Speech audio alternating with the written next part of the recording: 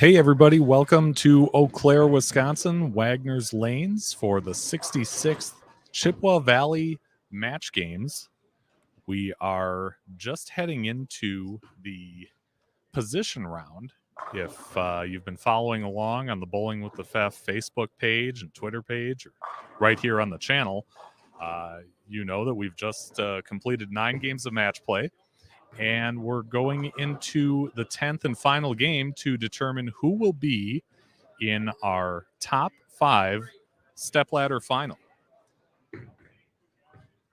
You're looking at lanes 1 through 4 right now, where the top 8 seeds are doing battle for trying to, gain that better position, maintain a top seed, jump into the stepladder as the case may be. But on lane 1, you just saw a strike from our tournament leader, Rob Warren of Marshfield, Wisconsin. Joining him on 1 and 2 are Paul Bober, who is up on 2 right now, Eric Schott, and Ryan Savoy.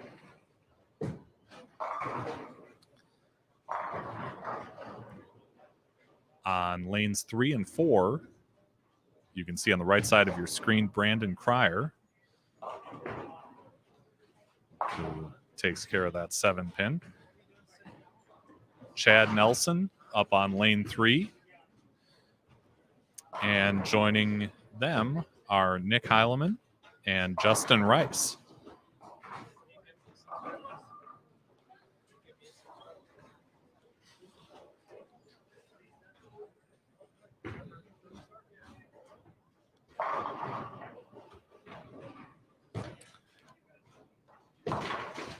I just posted the 9 game totals. If you take a look on the Facebook page, you can find them there.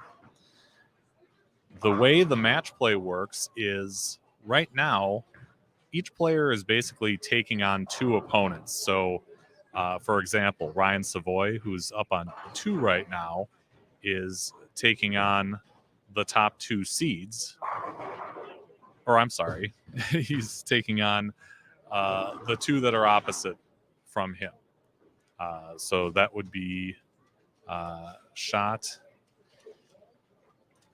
I think I'm confusing myself here. He takes on the 2 players that are opposite of him. If he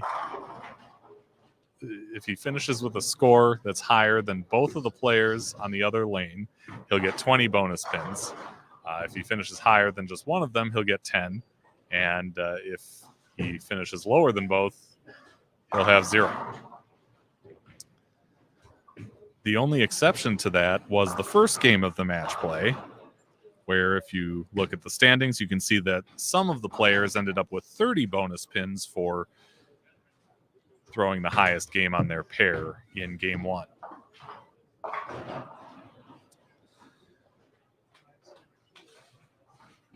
So the top 5 will go to a stepladder final, which you'll see live right here. And that will be on 4 different pairs of lanes. The first match will start on 3 and 4, and then the second match will be on 5 and 6, semifinal on 7 and 8, and we're actually skipping a pair to 11 and 12 for the championship match. 9 and 10 are out of order, so they haven't been used this whole tournament.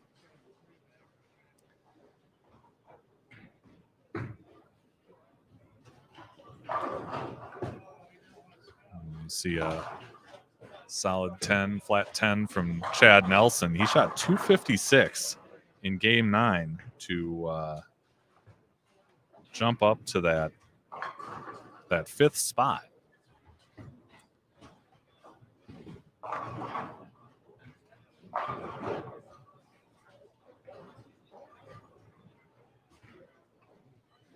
So it'll be interesting to see, again, who maintains in that top 5 and moves on to compete for that $1,500 first place prize. Remember, for those of you who are watching live, there is a live chat available. Feel free to comment in that chat. Let us know where you're tuning in from, who you're rooting for, who you're rooting against. And yeah, we'll watch for that as this live stream continues.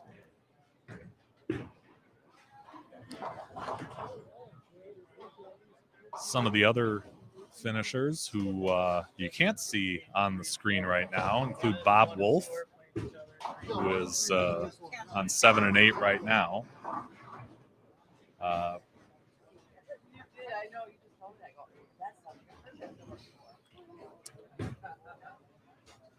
Let's see. Bob Wolf, Tony Oliva, Carl Pulzer, Matt Payne, Chris Hill,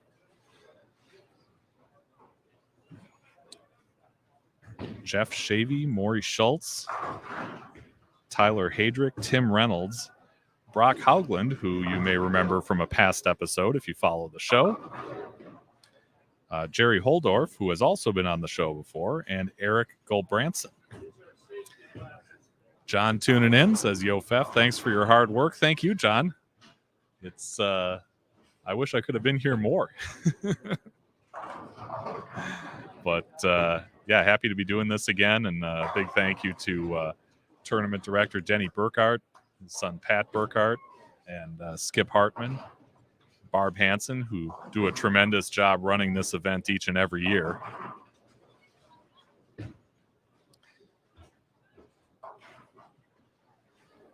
So again, if you're just tuning in, this is the position round portion of the match play, the 10th game of match play today at the Chippewa Valley Match Games in Eau Claire, Wisconsin at Wagner's Lanes.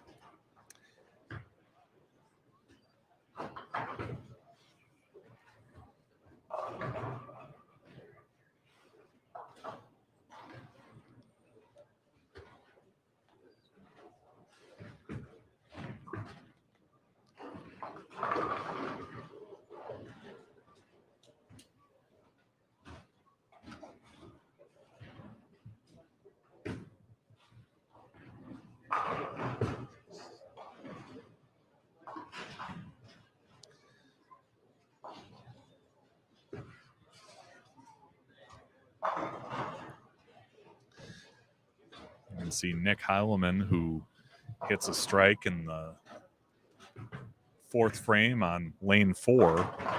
He is one of 2 past champions of this event that remains in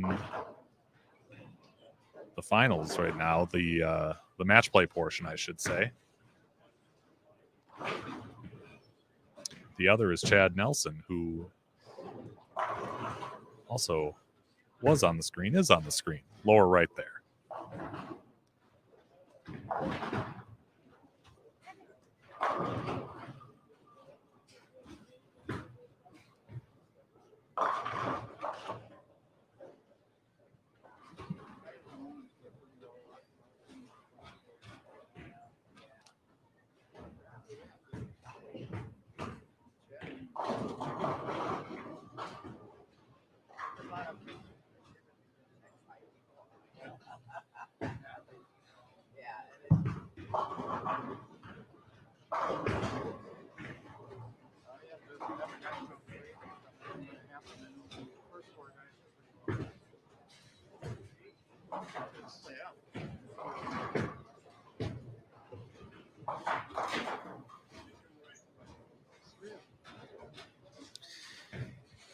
If you've been following along on the Facebook group, you know that the pattern that they're playing on is the 2019 U.S. Open pattern number 2. And you can see the particulars of that in a post that I put up during the week about 4 days ago.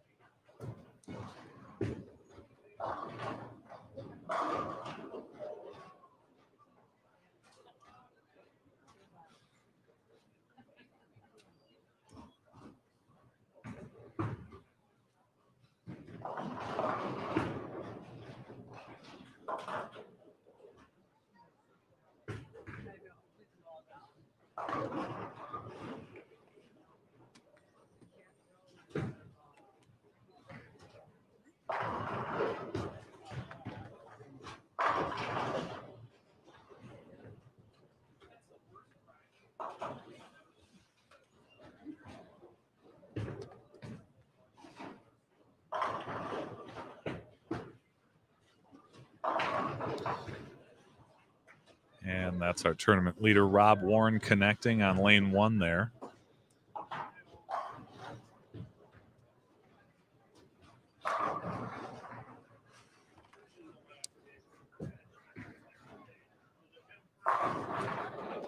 He's coming into this game with a 20-pin lead on Paul Bober.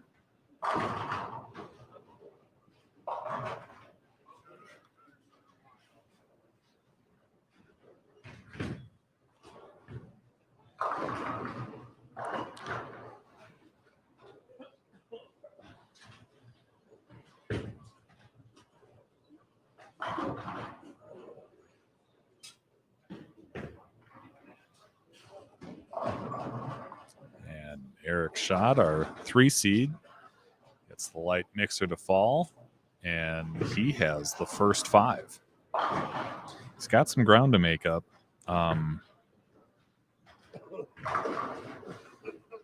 He's about 90 pins behind Bober, so a win with bonus pins would certainly help his cause.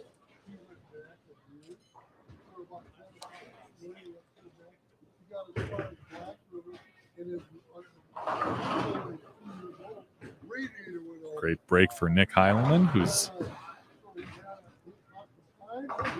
trying to jump into that top 5. He's the 6th seed coming into this position round game.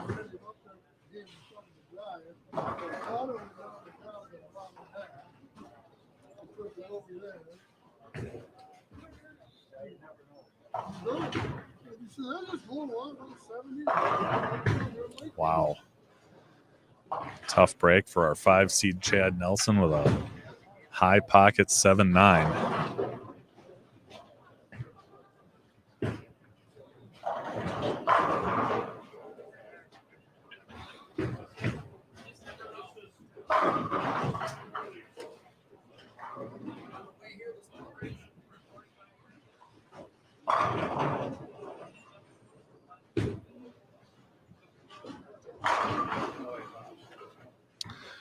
Once this game is over, we'll take a little break as our tournament officials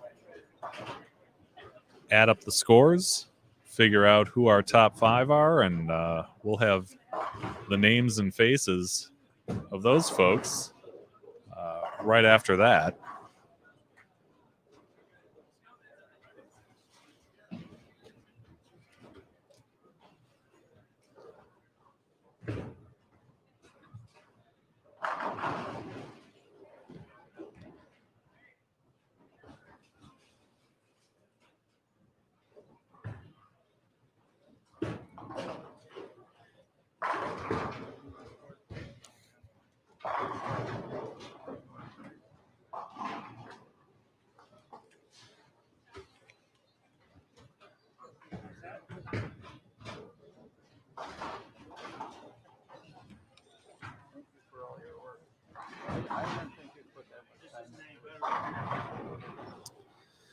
Shot connects again for the front 6.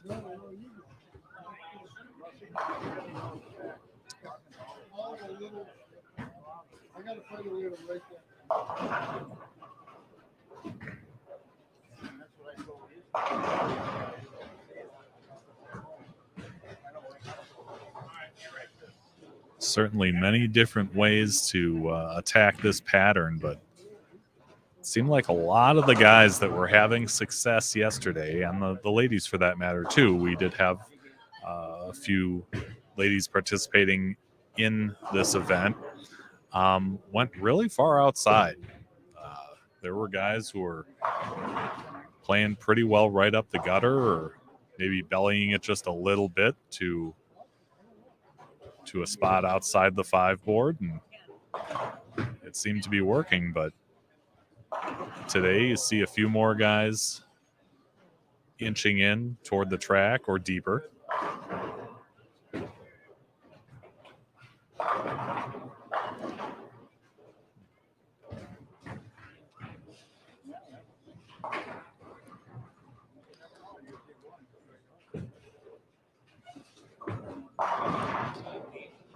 Ryan Savoy hits a strike on lane 2.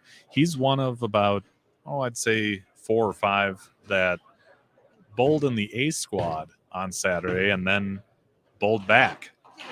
Oh, a nice 4-9 conversion by Chad Nelson.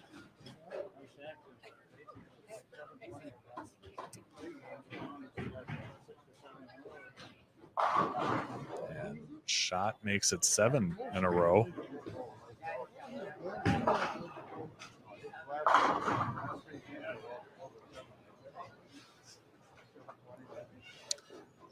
As he puts a little distance between himself and the other competitors on his pair. Again, 20 bonus pins for the players who score higher than the 2 players on the opposite lane.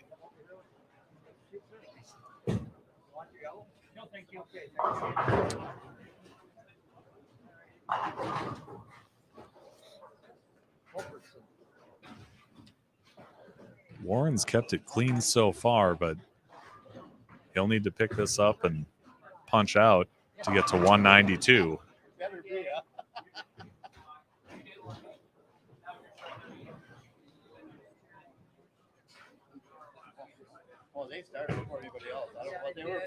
Bober on lane 1 working on a 4-bagger and takes care of the 7 to make it 5.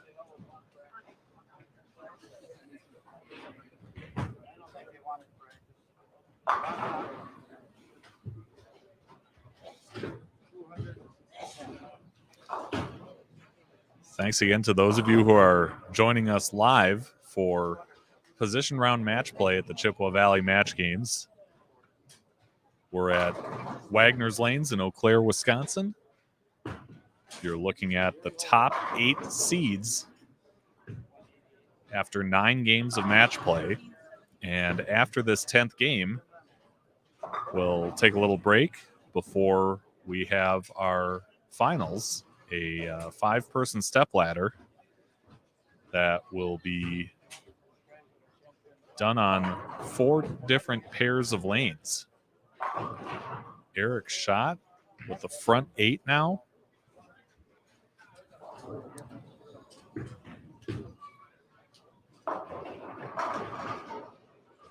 And he is certainly in the driver's seat in that match.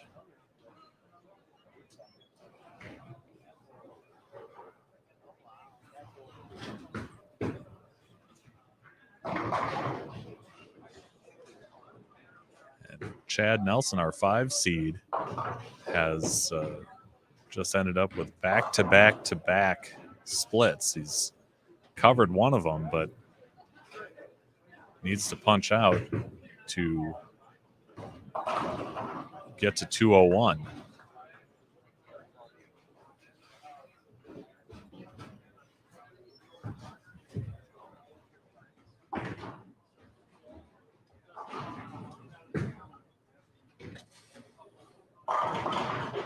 Bober connects for his 6th consecutive strike. Again, just 20 sticks out of the lead, but Eric Schott could be on his way to taking care of that and then some.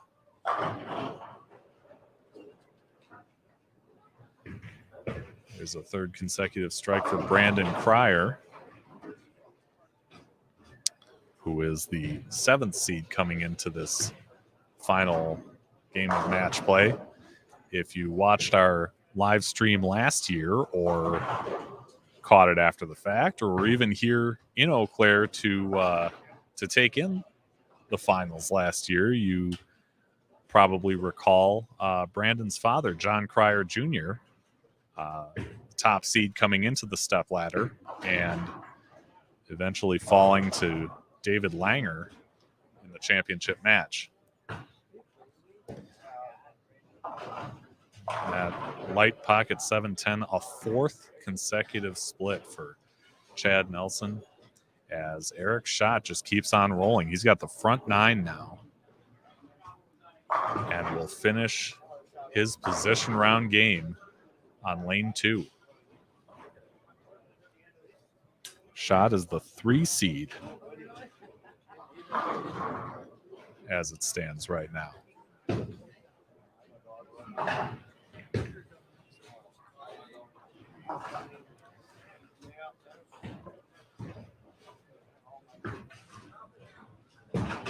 So Nelson finishes with 150.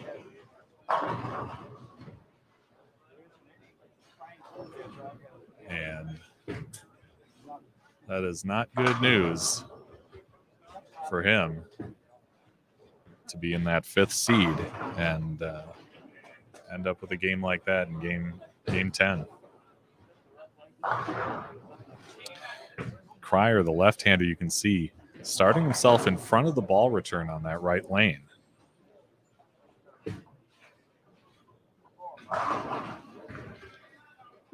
He's played that extreme outside line for pretty much the whole way yesterday and today, and hits a 4th consecutive strike.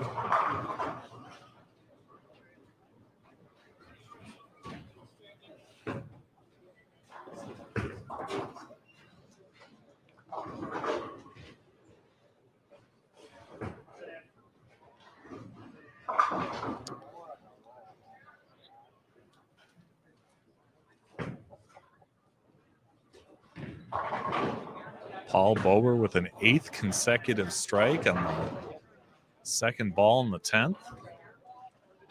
Another one would give him 259.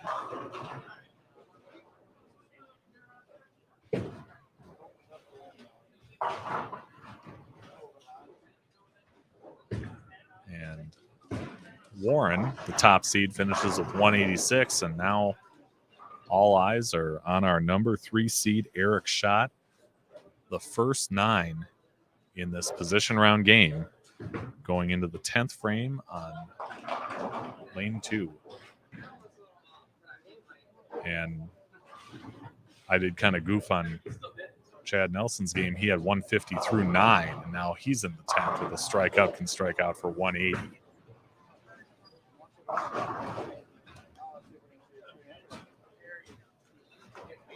Bober finishes out at 259.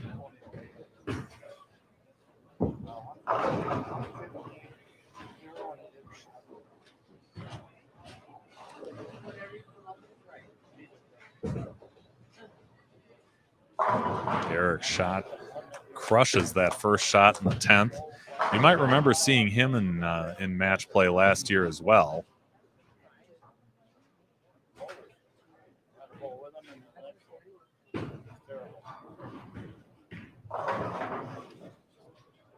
As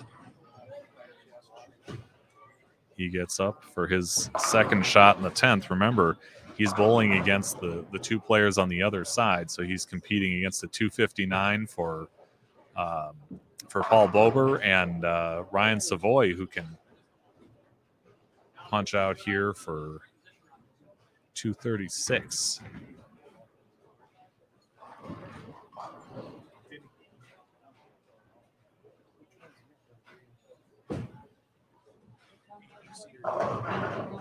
Oh, and that light hit won't carry the 7-pin. Nice run. Takes care of that. He ends up with 289, and he's wrapped up that match for sure.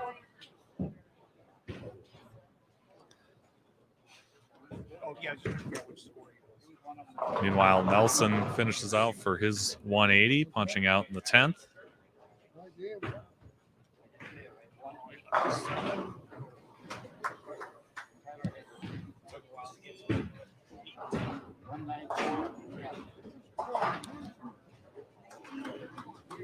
A 237 for Nick Heileman and 289 for Eric Schott.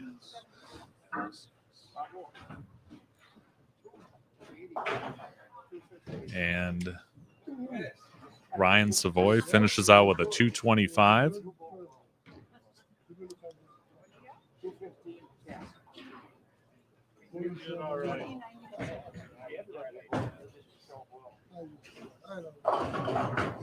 Brandon Cryer a little light and ends up with a 3-7 split.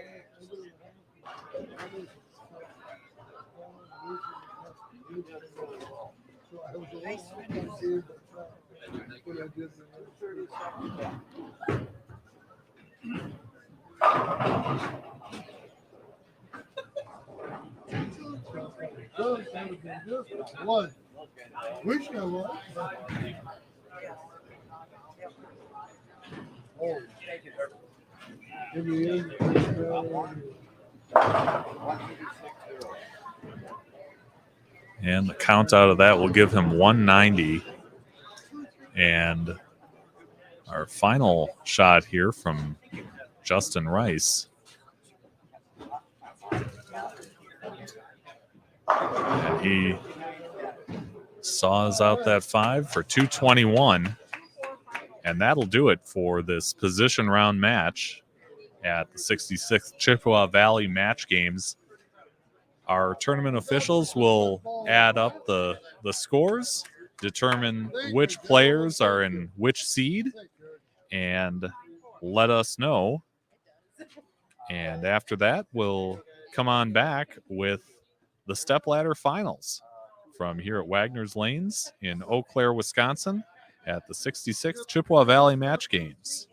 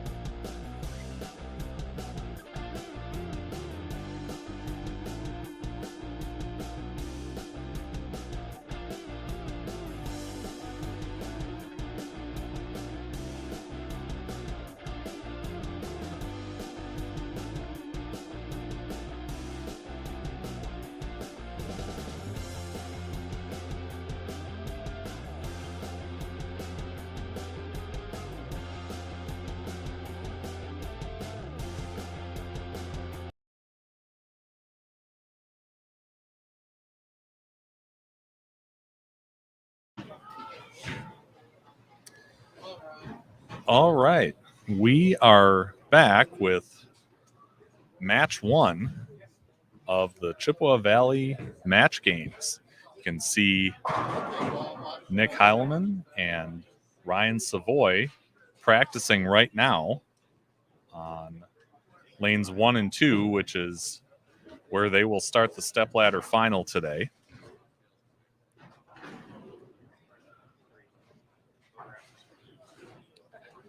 I'm going to try and get you a little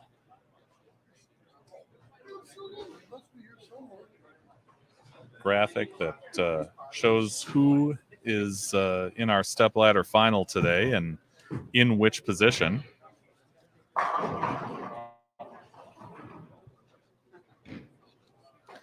As we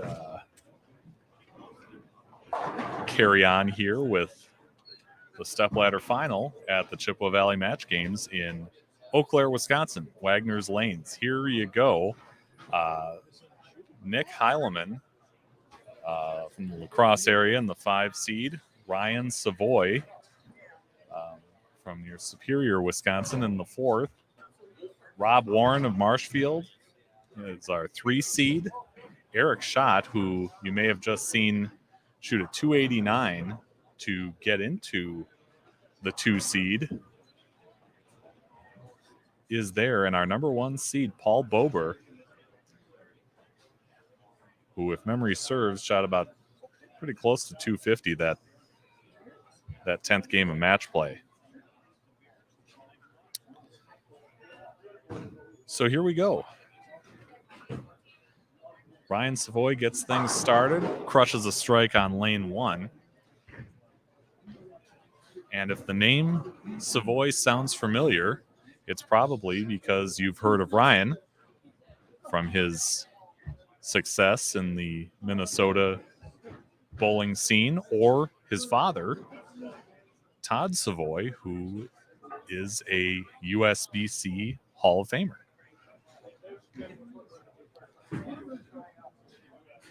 Now Nick Heileman leaves a pocket 7-10 to open up match 1. Heileman is the lone past champion of this event in our finals field of 5.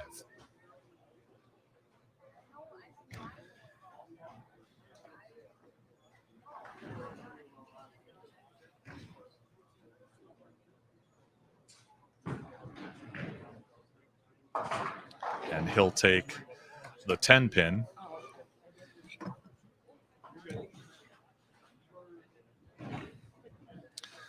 Heileman, as I mentioned, is from the La Crosse area where he runs Nicholas J's Pro Shop.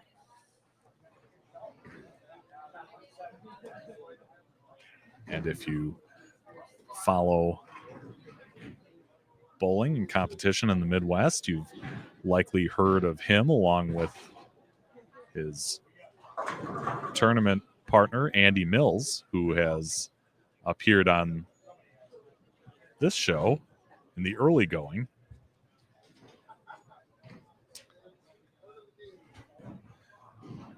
Mills has been a runner-up in this event in the past. And you can learn more about his bowling story in an episode called High Fashion.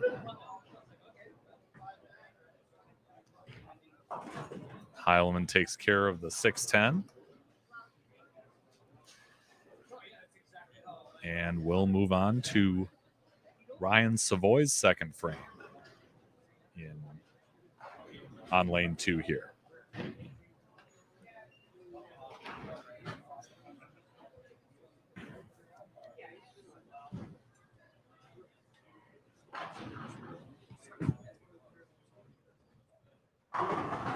And he doubles up to start the match.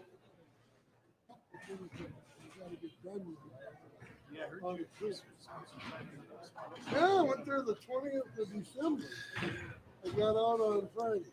Again, thanks to those of you who are watching live. You'll see the chat window below. Feel free to take part in the conversation. Leave a comment. Let us know where you're tuning in from, who you're cheering for. They're still giving me a lot of antibiotics right into my lungs. Anyway, it'll get better. I hope. And 3 in a row for Savoy. If you are watching on replay, you can also feel free to leave a comment. Let me know what you thought of the broadcast, what you think of the tournament. We had 86 bowlers. Well, I shouldn't say 86 bowlers, 86 entries to start things off on Saturday. A few of the people bowled in both qualifying shifts as Heilemann strikes in his third frame. The top 20 came back today for match play. In that qualifying round, it took 1549 for 8 games to make it to Sunday, or minus 51, which is an average of a little less than 194.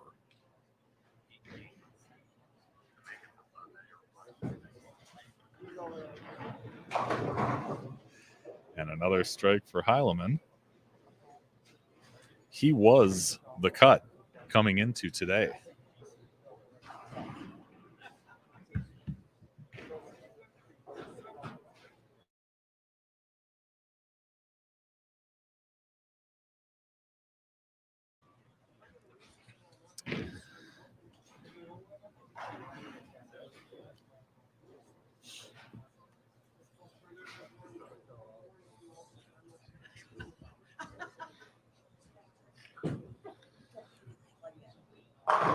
And Savoy hits 4 in a row now to start off the match.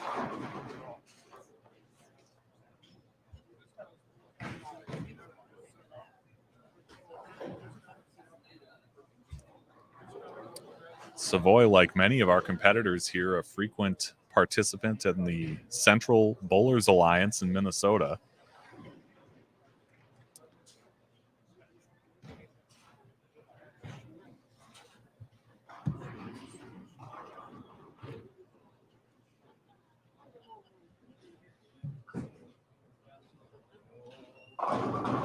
And shakes him up for a 5th consecutive strike.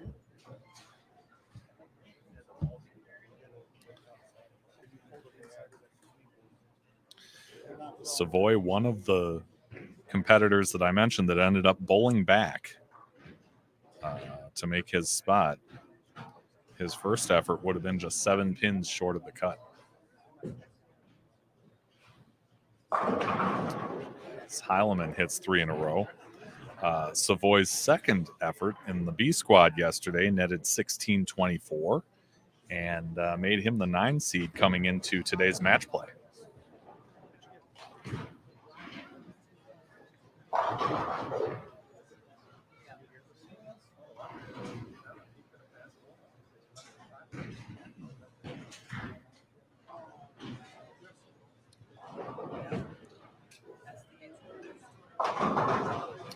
Through the nose for a 4.67.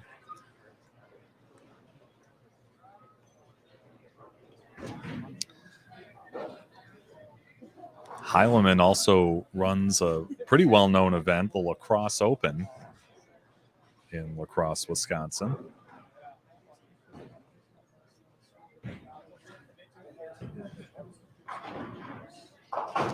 And he'll take 2. And start out with 114 through 6.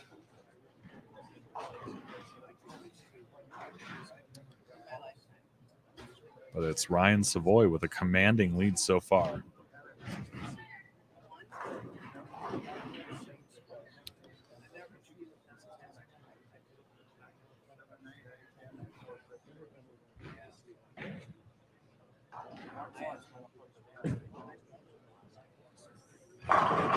And connects for a 6th consecutive strike.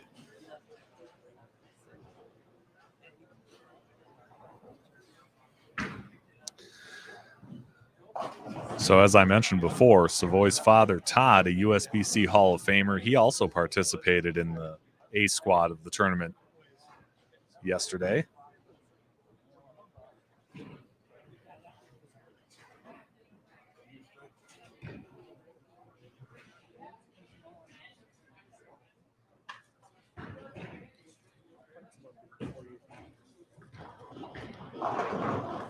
And a 7th. The front 7 for Savoy, who is rolling in this opening match of our stepladder final. Savoy's father, Todd, finished 31st in qualifying yesterday.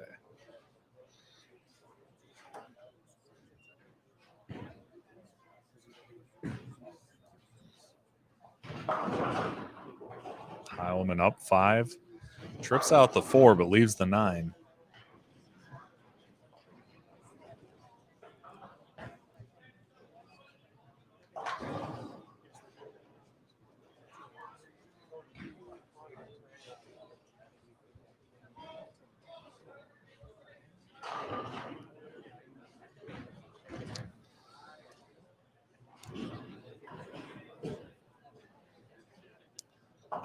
And he'll take care of that spare. Give him 114 in the 6th, the spare up in the 7th, but right now it is all Ryan Savoy going into the 8th frame of this opening stepladder match at the 66th Chippewa Valley Match Games.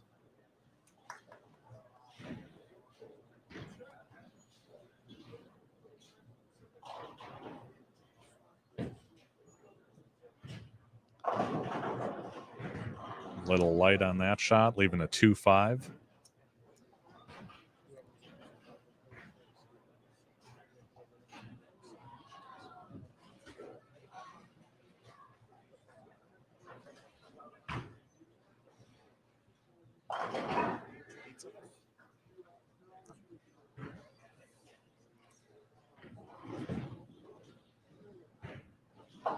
And just gets that 2 out, but at this point it's Ryan Savoy right now, the focus in the 8th frame. Again, the front 7.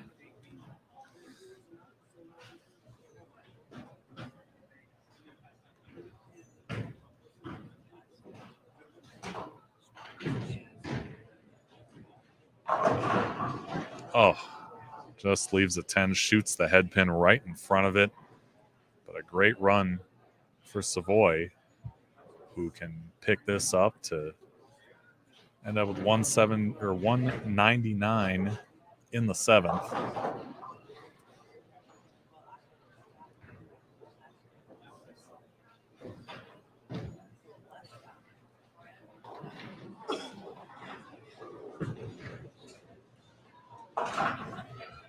Takes care of that, and at this point he'll just need to keep it on the lane, stay behind the foul line, and in fact he doesn't even need to do that. He's already wrapped it up. So it'll be Ryan Savoy moving on to face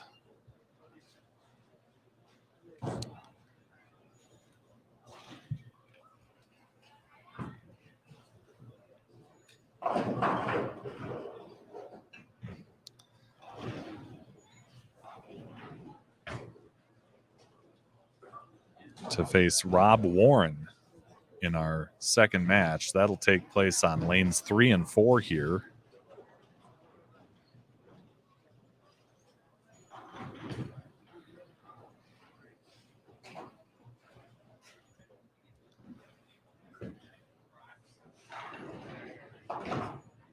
And the spare for Savoy, he can punch out for 268. And Heilman is going to end up finishing 5th today, but a great performance in today's match play. As I said, he was the cut going into today. And turned it up through the match play this morning. Got into the stepladder final as the 5th seed. And that's where he will end up.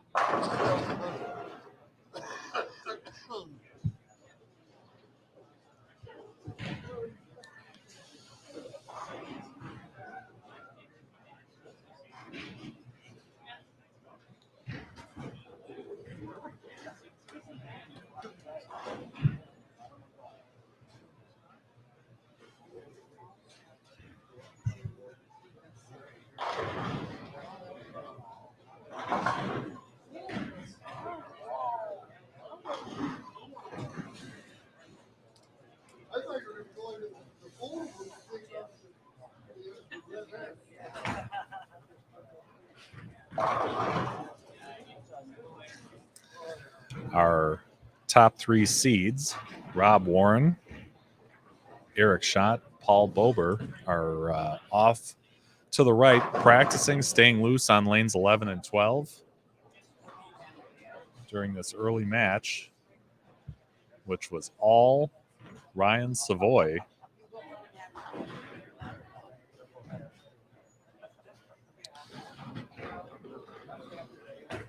Nick Heileman ends up with 191. And Savoy just keeps on striking.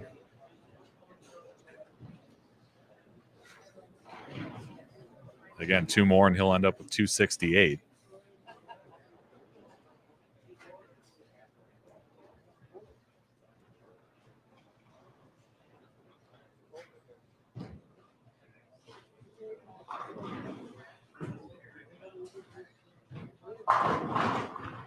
Ace is another one.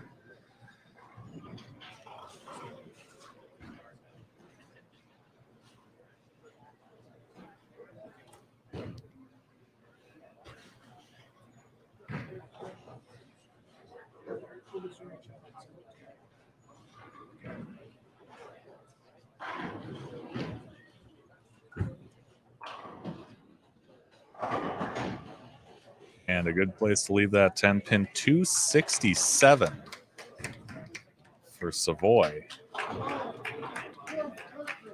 to lead him past Nick Heileman into match number 2. And we'll move on to lanes 3 and 4 right after a short break. Stay with us. You're watching the Chippewa Valley Match Games Stepladder Final from Wagner's Lanes in Eau Claire, Wisconsin.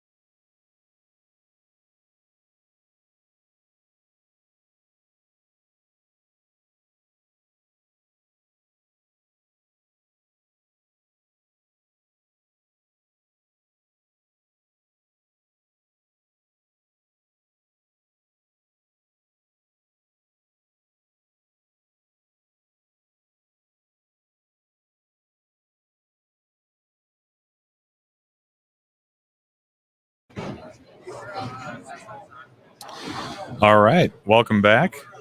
We are on to match 2 of our Stepladder final at the Chippewa Valley Match Games. We'll have Ryan Savoy taking on Rob Warren. And if you're just joining us, you saw Savoy shoot a 267 against Nick Heileman's 191. And that's how he advanced to match 2.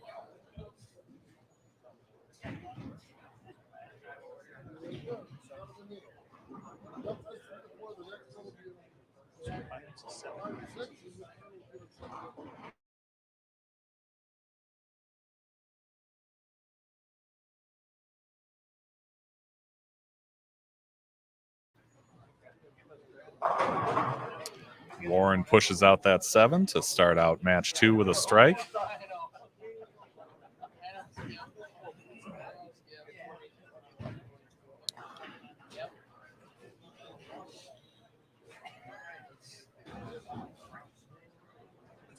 So Warren, our tournament leader for a time, comes in as the number 3 seed. Qualified 12th with a 15.95 yesterday.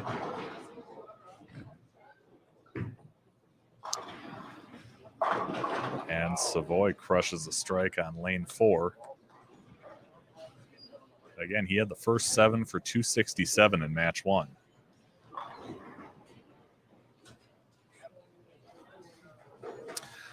Born in 1500 wants to know a different pair for every game. Yes. And I mistakenly said at the top that we'd be starting on 3 and 4. We actually started on 1 and 2. So match 2 on 3 and 4, match 3 on 5 and 6, and our championship match will be on 7 and 8 today.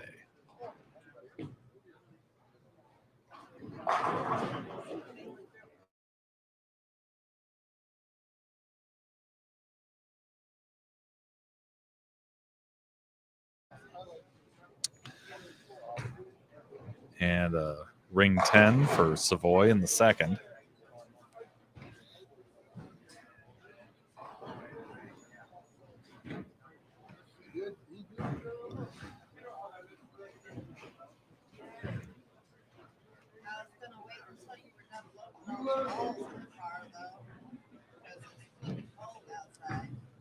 Our top prize today is $1,500 for our winner, our champion.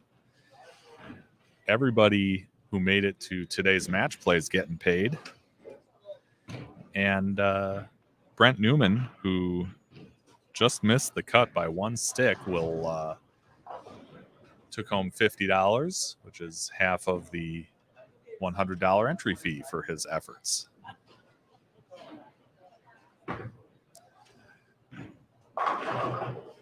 And Warren's ball just didn't climb the hill there from that far outside line. It's left with a 1-2. And he can pick this up to even things up after 2 frames.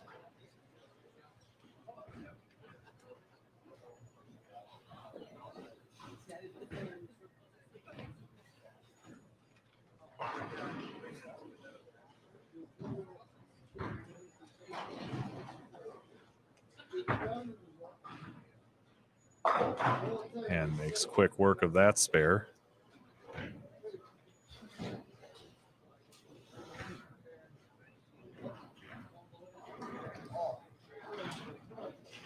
Again, the pattern they're bowling on today, the 2019 U.S. Open pattern number 2.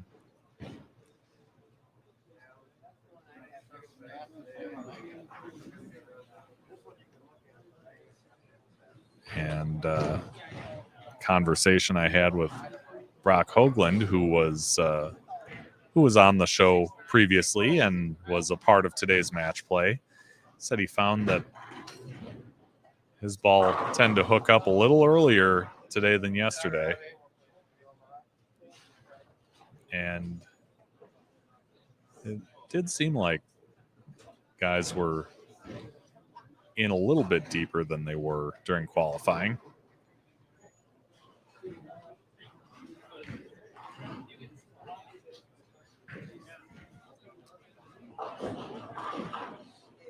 All right. Ryan Savoy up in the 3rd frame, trying to keep pace.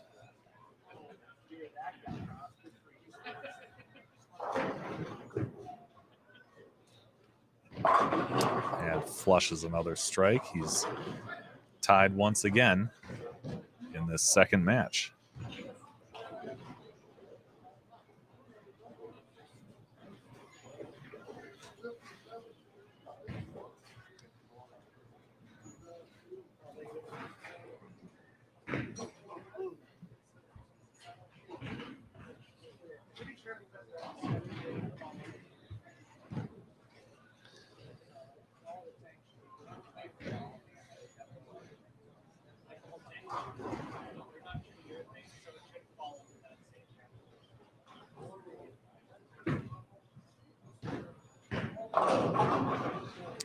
And up a little light, leaves an 8-pin.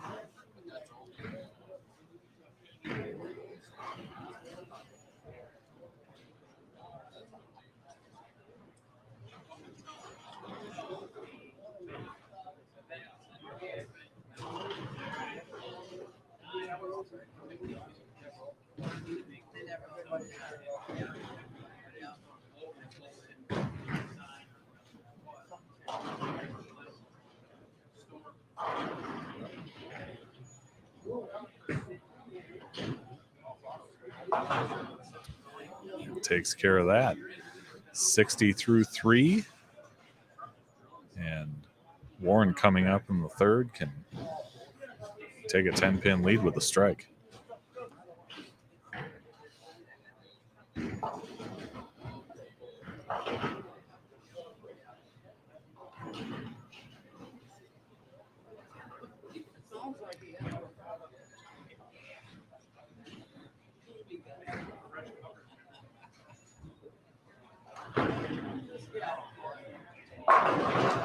Points it right up at the pocket and connects.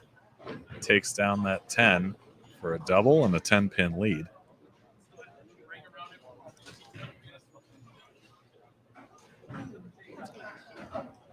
Looks like Warren is throwing a Zen, while Savoy is throwing a Night Road.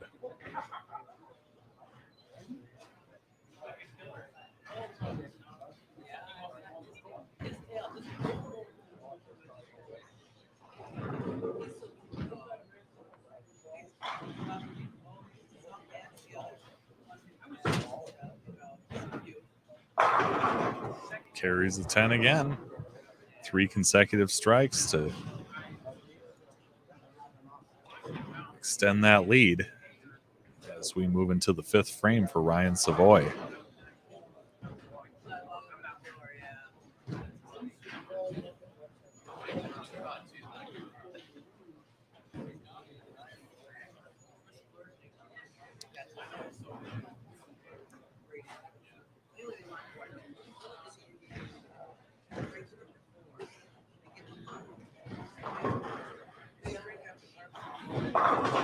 Trips out that 4. He has struck every time on lane 4. But trying to figure out the solution to lane 3 right now.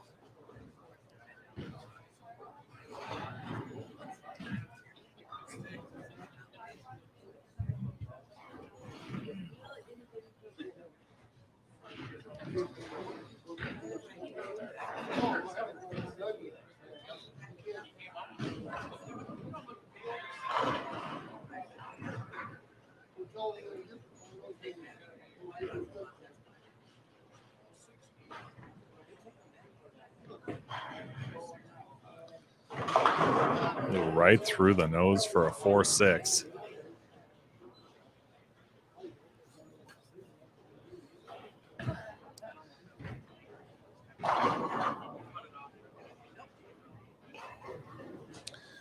Off to the right on 11 and 12, our top 2 seeds, Eric Schott and Paul Bober, staying loose, getting ready for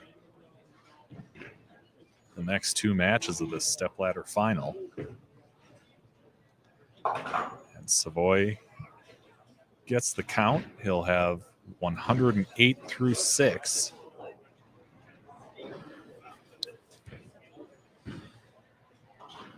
And here's Rob Warren in the 6th, looking to extend that lead with a 4th consecutive strike.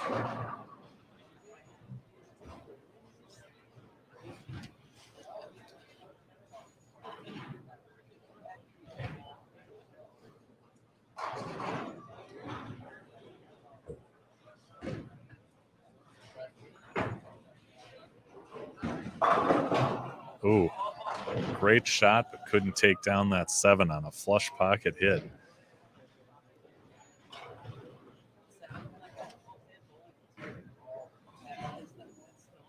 Seen a few of those today and during the match play earlier.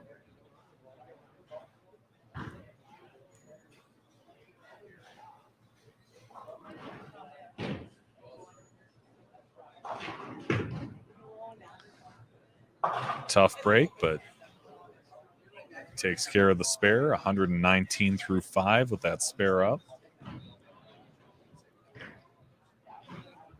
He is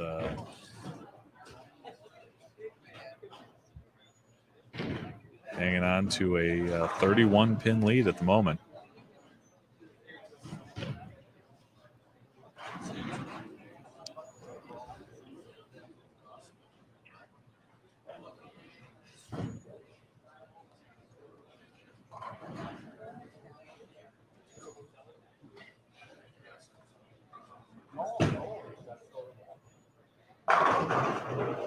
And delivers again on lane number 3.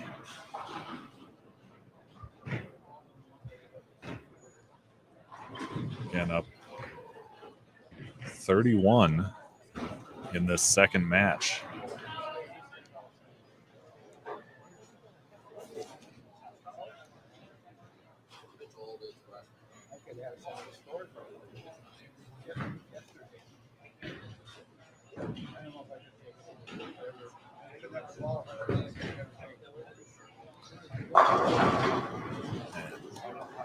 Half pocket hit carries for Savoy, who needs strikes in bunches right now.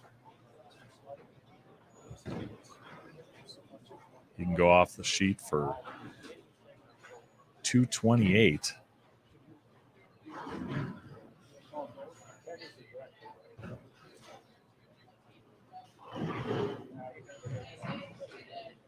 Warren is at a 219 pace.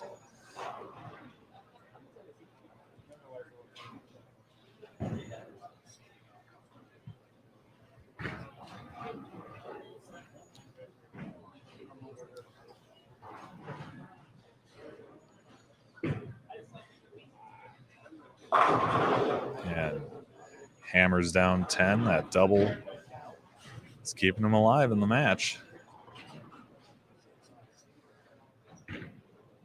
But another strike or two from Warren is really going to start turning the screws.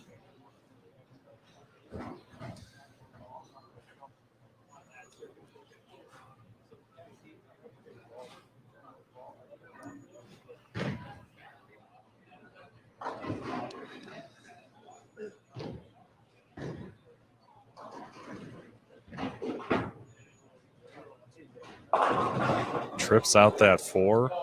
That's a big double.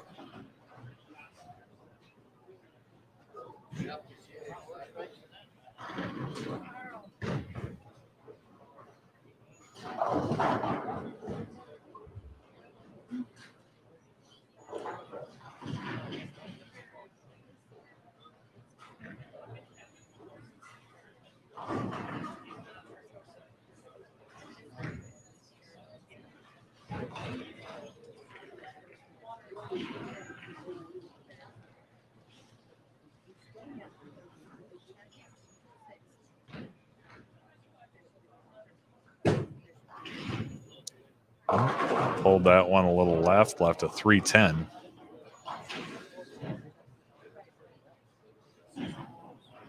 It's about 20 people sitting back here behind the lanes here at Wagner's looking on. And getting quite a show. These competitors are really bowling well on what's been a tough condition from the start.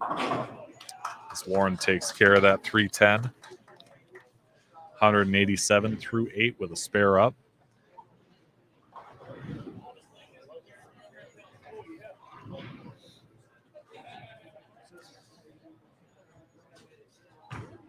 Now Savoy's going to need some strikes to force Warren to mark in the 10th. Here's his 9th frame on lane number 4.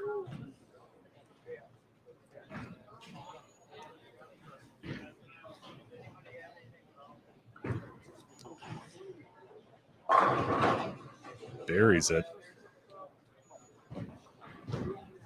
So he can punch out for 228.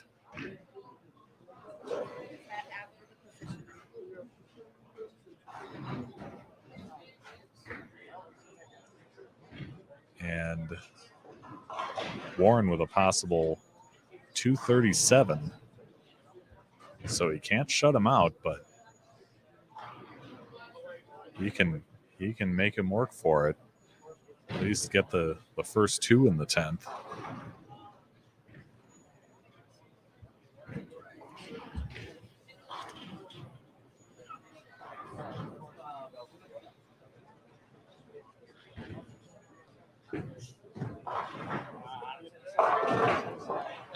A little high over a 6, 7, 10.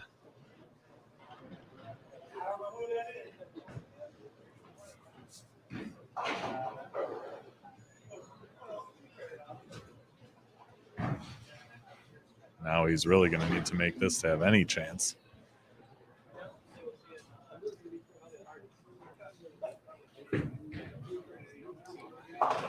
And gets 1. So he'll end up with 191, and that means this second match is going to go to Rob Warren.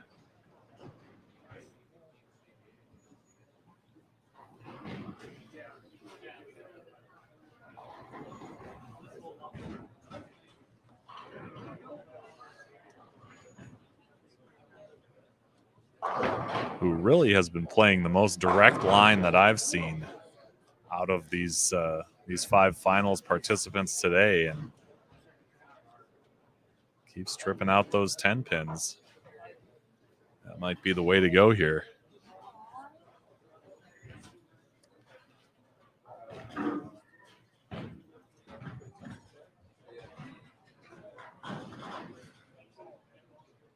As he grabs another ball. It's like a phase 5 that he'll take a look at now that the match has been wrapped up.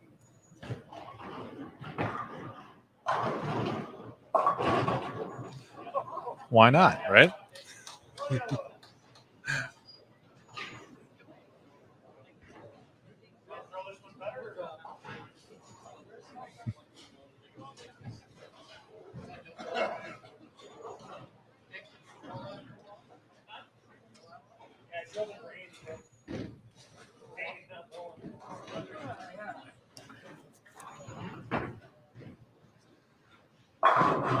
And another strike. So that'll give Rob Warren 237 to Ryan Savoy's 191. And he will advance to take on Eric Schott on lanes 5 and 6 in the semifinal match of our Stepladder final here at the Chippewa Valley Match Games in Eau Claire, Wisconsin.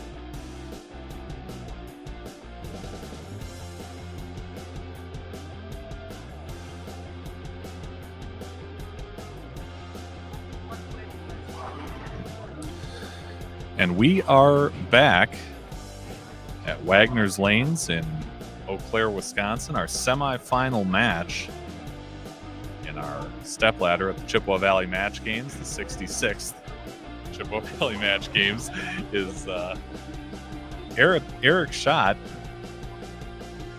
our 2 seed, against Rob Warren, who you just saw take care of Ryan Savoy 237 to 191.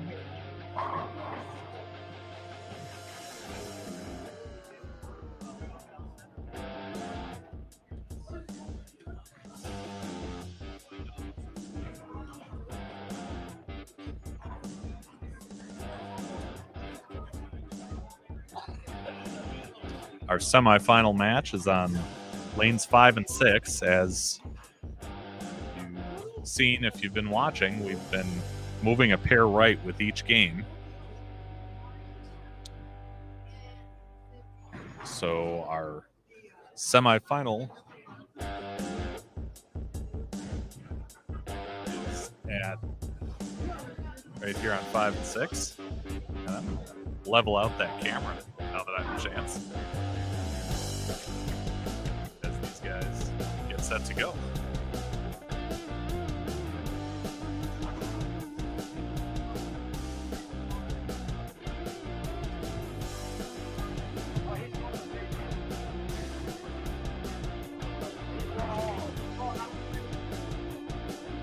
Sometimes that stuff happens. I mean, for perspective, I'm right behind the settee area here, right behind 5 and 6. So I'm actually right in front of the camera. See, that's me. And our tournament officials are right next to us, so it'd be easy to give that camera a nudge sometimes, but that's all right.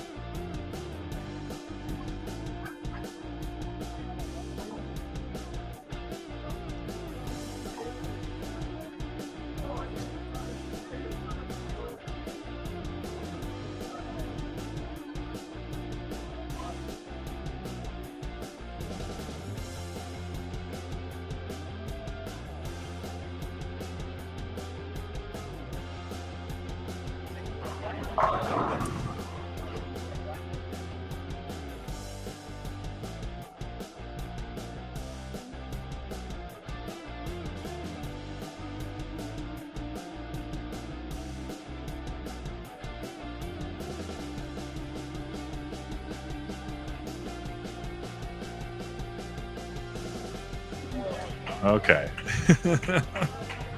Little question about the scoring there, but Warren opens up with a strike, and now we'll get a look at our 2 seed Eric Schott, who in our position round threw a huge game to jump up in the standings. And that's tournament director Denny Burkhart. You can see in the corner of the screen there, as Schott buries a strike to start out his match with Warren.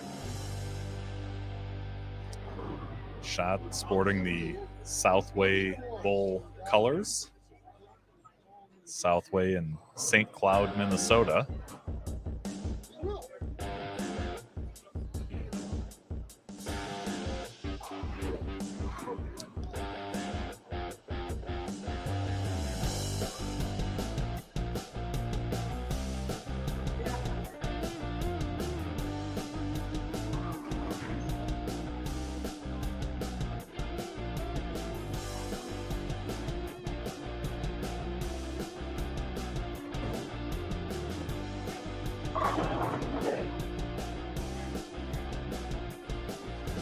So Schott from St. Paul, Minnesota, opens up with a double in this semifinal match.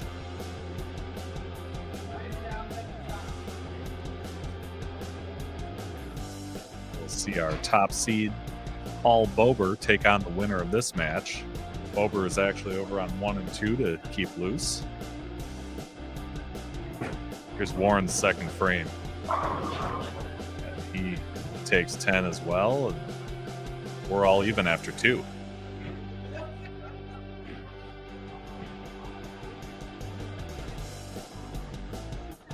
So Warren, who experimented with that phase 5 for a couple shots at the end of match 2, has instead gone back to the Zen that he had used for the majority of that game.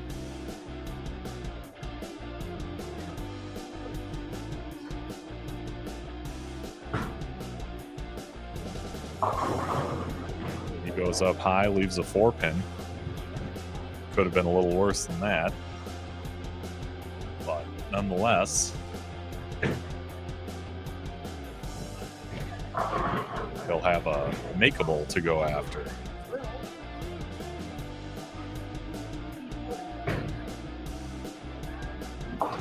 And make it he does. He's got 49 through 2 with a spare up in the third, and that gives Shot a chance to take the lead.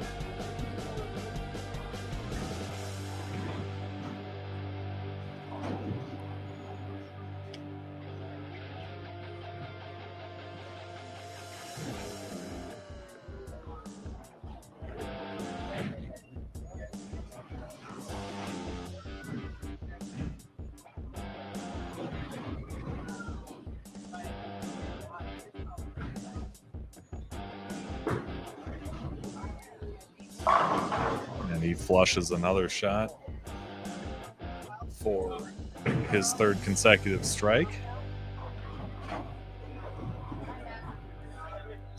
Shot was in the match play portion of this event last year, but did not advance to the stepladder.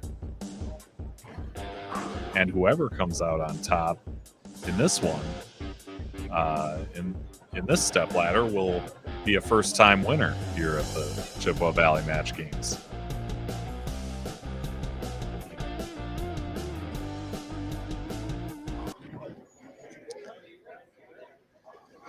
Thank you, Tour Power 300. I really appreciate that. I would not have known that that was still going. As Shot connects for another strike. Hopefully that's a little better.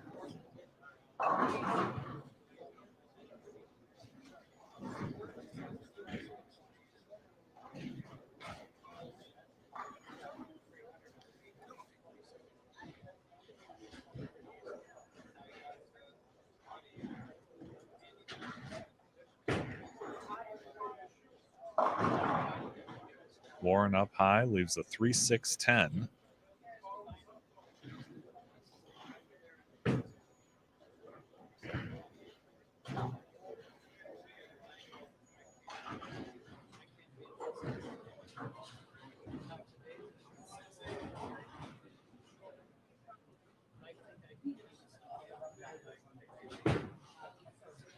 And makes quick work of that to go 66 through 3 and into, with a spare up in the fourth, into the fifth. Thank you, Tour Power. Wouldn't have even realized that without your comment. I really appreciate that.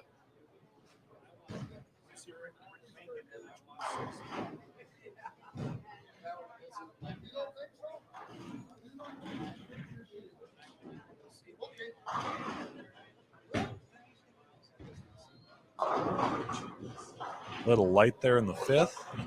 Leaves a 2-4.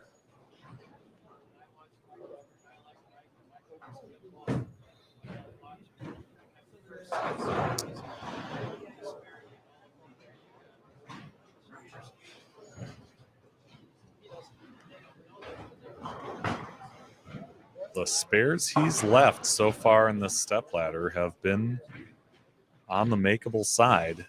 He did convert a baby split in the ninth in match number 2.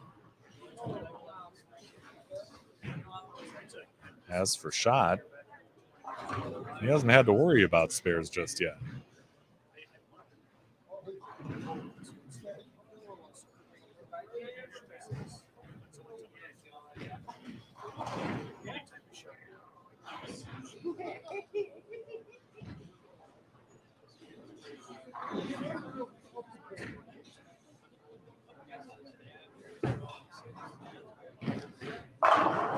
Another flush strike in the sixth. It's fifth in a row to start the semifinal match.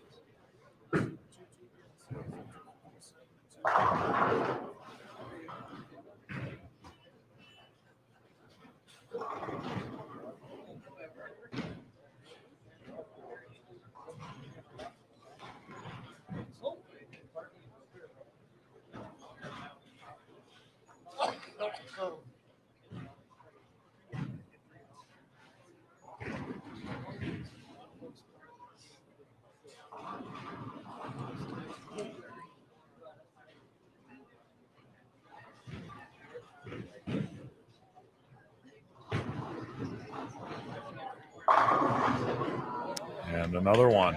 He's got the front six. Really put the pressure on Warren to start striking. Big thanks to all of you who are tuning in live.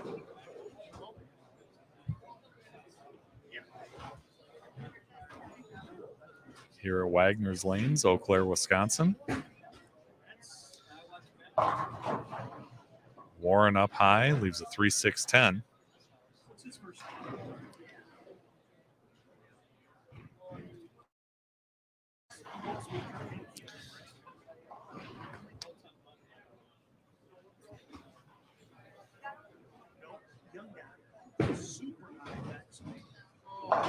And takes care of that.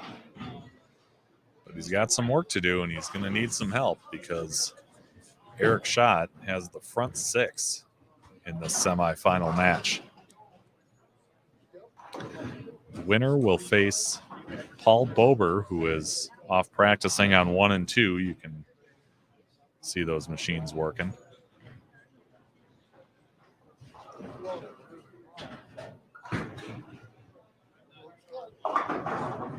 And Warren up high has a 10 pin.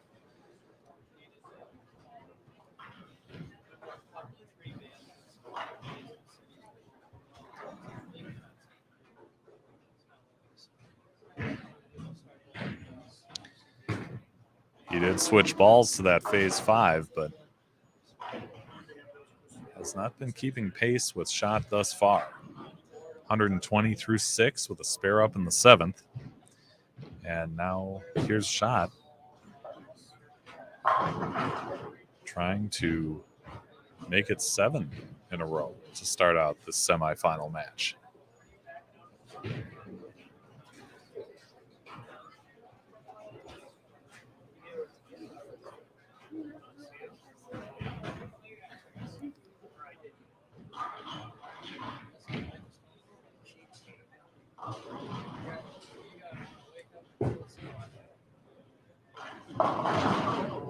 Up high and ends up with a 4-6-10.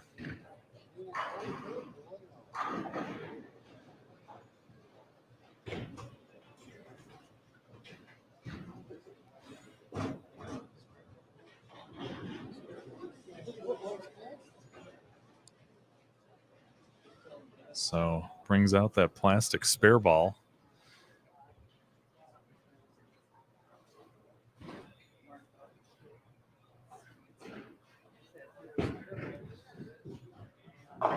And gets 2. So with 175 through 7, he's got a 35 pin lead.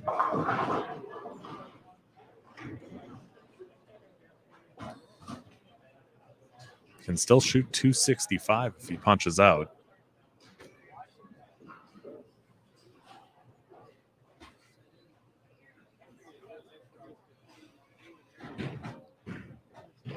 Warren's got 220 up there if he can strike out.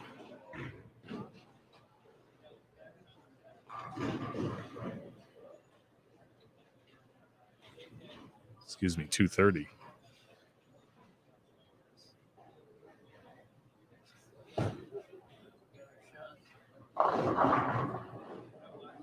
Little light, leaves a 2-pin.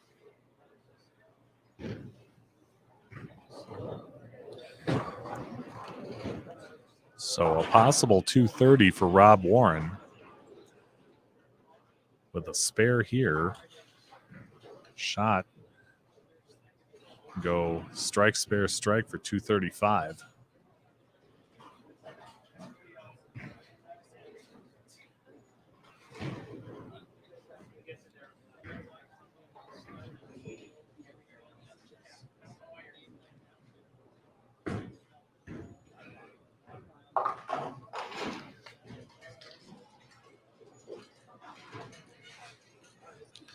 So thanks again for those of you who are joining us. I hope you'll consider subscribing to the channel.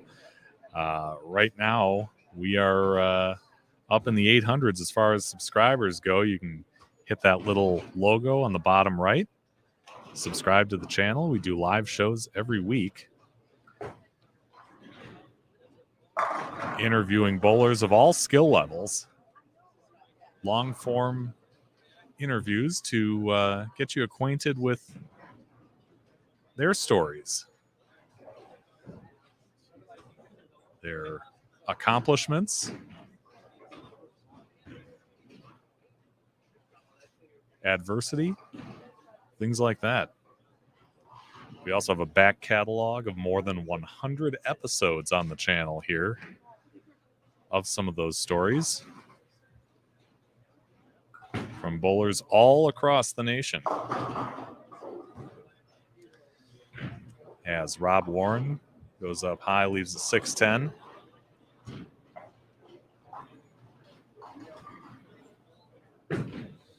And still has 210 up there if he can punch out, but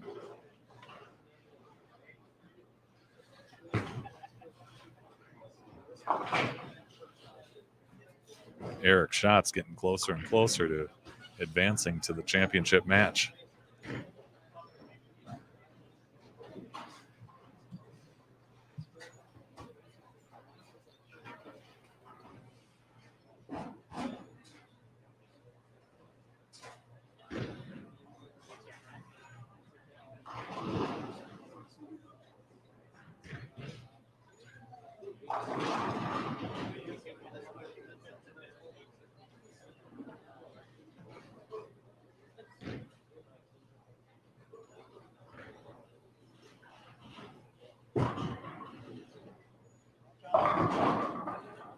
That went up high, but he didn't pay for it. Sometimes you get those breaks. 6 and 10 fall late.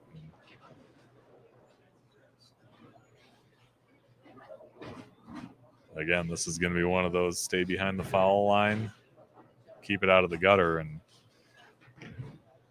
Schott will be moving on. He did qualify 14th after Saturday with a 1576.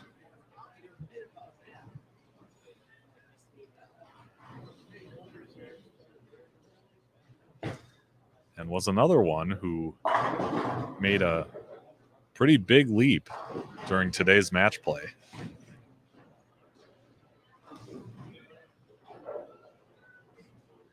And that double's going to seal it up for Eric Schott.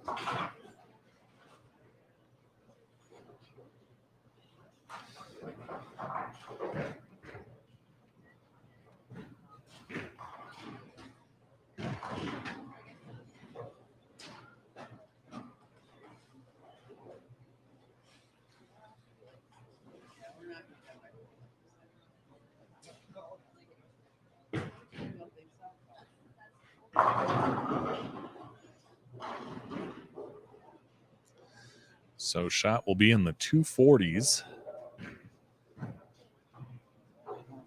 And moving on to our championship match, where he will face Paul Bober.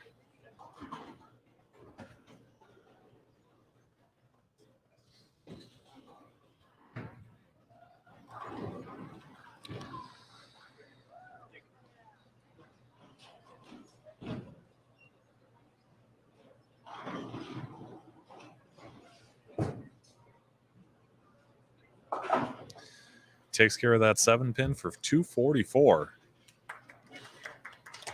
Another big game for Eric Schott.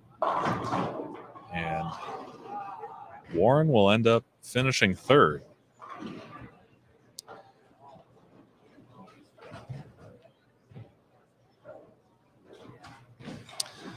Born in 1500 says they can't win 2 in a row, it seems. Well, not so far. But winning 2 in a row would give Eric Schott the championship here at the 66th Chippewa Valley Match Games. We'll see.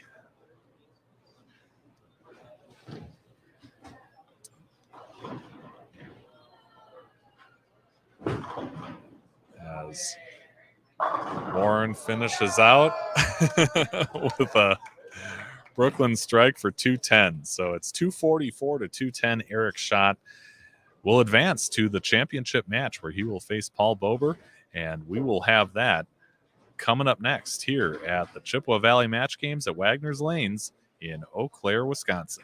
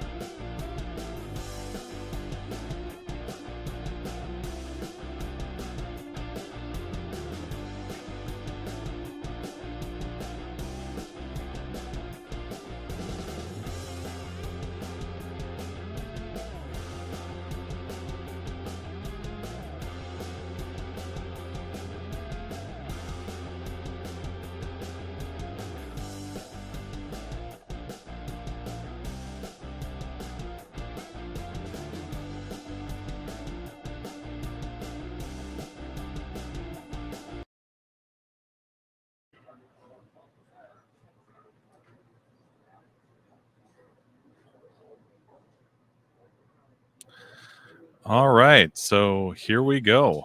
Our championship match at the 2023 Chippewa Valley Match Games. Eric Schott, the 2 seed, going against our tournament leader, Paul Bober. As we start out on lanes 7 and 8, Schott will lead things off.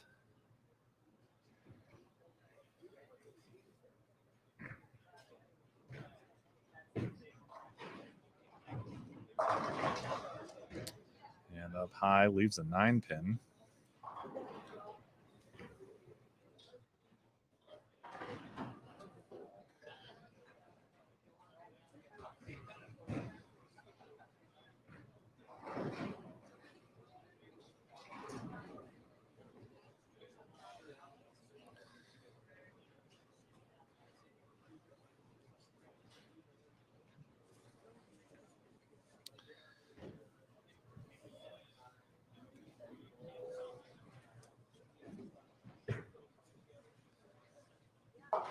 And covers that spare. Hey, Jay, thanks for joining us live. You're actually just in time. Glad to hear. Let's roll, because you're here just in time for the championship match here at the Chippewa Valley Match Games.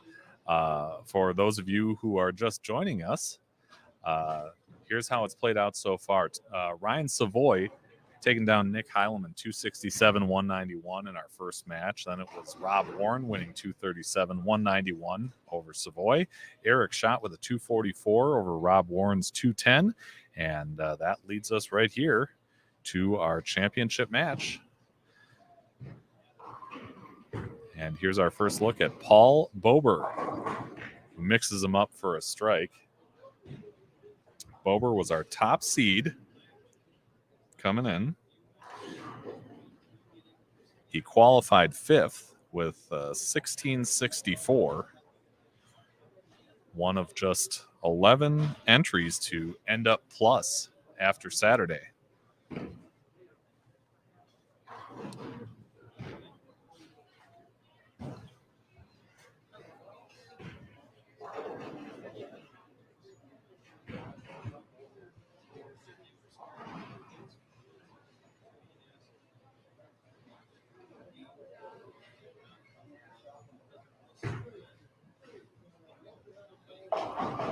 And Bober goes up high, but trips out that 6-pin.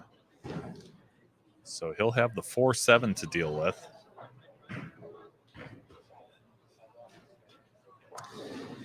And in watching him bowl in those middle games of the match play today, it really looked like he was able to start opening this pattern up. And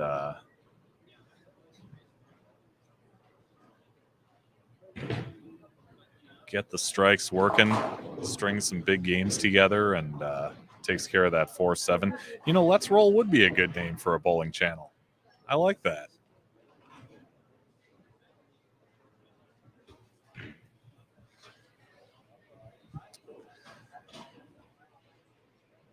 So here's Schott in the second frame. That 244 he had last game, he started out with the front 6.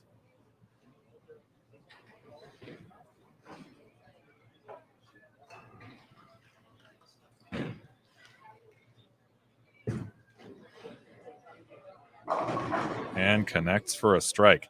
Hey, Pat, thanks for watching us live. Watching the title match here, was wondering what pattern did the bowlers bowl on. Looks pretty tough. Yeah, it certainly hasn't been easy. The pattern is the 2019 U.S. Open pattern number 2. If you go to the Bowling with the Facebook group and scroll back about 4 days ago, I posted a link to that pattern to the USBC pattern library, and you can see all the particulars there. Yeah, it certainly seems like it's played tougher than the pattern was last year at this event. And yeah, the guys certainly had to earn it. You know, minus 51 to make the cut in qualifying. So that tells you right there. Took some good shot making, a lot of spares to get to today, and even more of that to make our top 5. As Eric Schott goes up a little light, leaves a 2-4-5.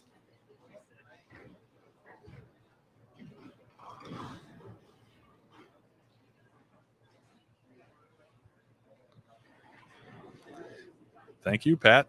Really appreciate you watching.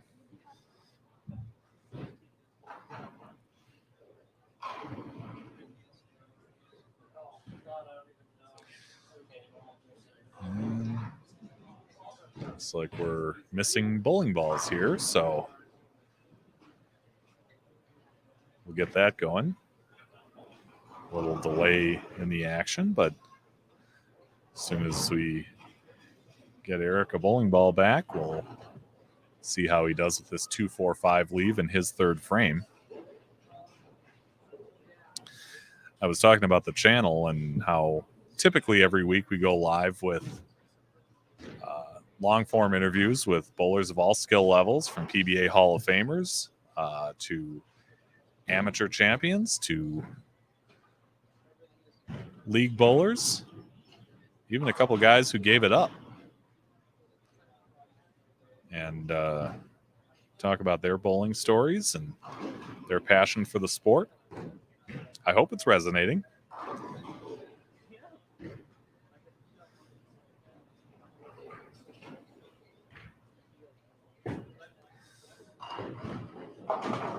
And gets that 2-4-5 by the slimmest of margins.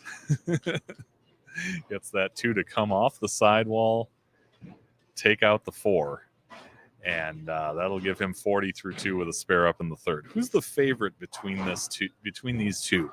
That's a great question. I'd simply be guessing if I were to say who's favored. Now, Bober is the top seed, so he's been waiting through the first 3 matches. He's had the opportunity to stay loose and practice off to the side, so it's not like he's had to sit and wait and do nothing. But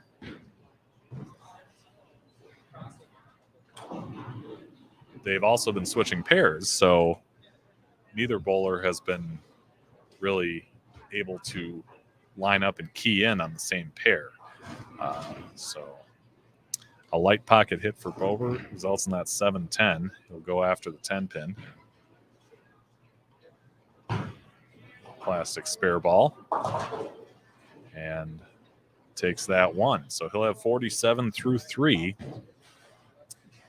And will have an early 13-pin deficit to Eric Schott, who really took the lead and never let go in our semifinal match. You bet, Jay.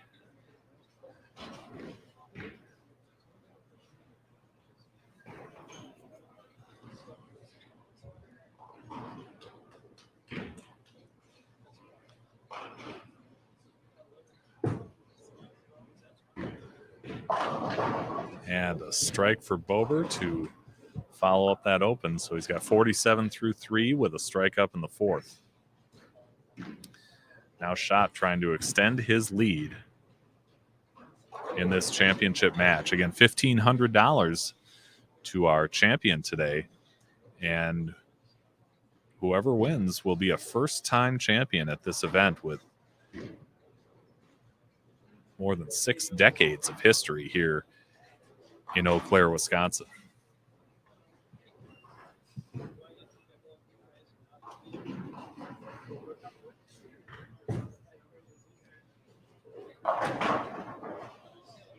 Light hit. Ends up with the 5 pin, which will have to be reset as the table knocked that down. We will not be doing a live show this next week, but the week after, we will have another live show on Wednesday, January 18th. If you recognize this guy, if you've ever heard of Jim Cripps, he is the backwards bowler. Made social media headlines, I guess you could call them, late last year by throwing a USBC sanctioned 300 game. And he does it with his back facing the pins. So that's coming up this next week, January 18th, right here on Bowling with the Fef.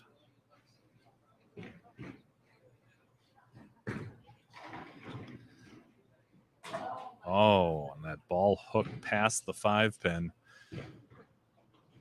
So he will have 68 through 4. And again, this is not a typical house shot that they're bowling on. It's a tough pattern.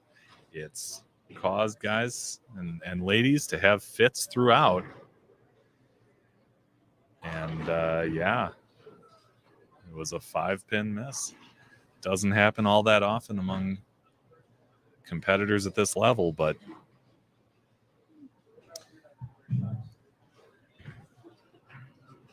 yeah.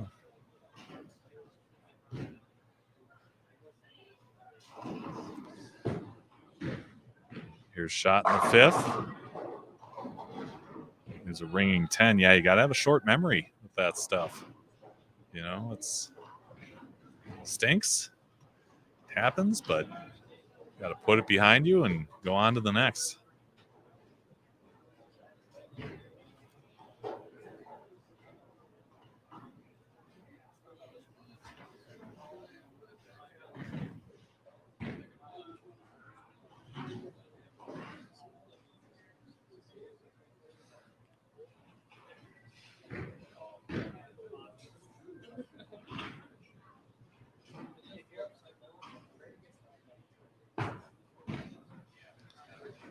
Shot takes care of the spare. Bober's going to have about a 19-pin lead as he steps up in the 5th, hoping to double.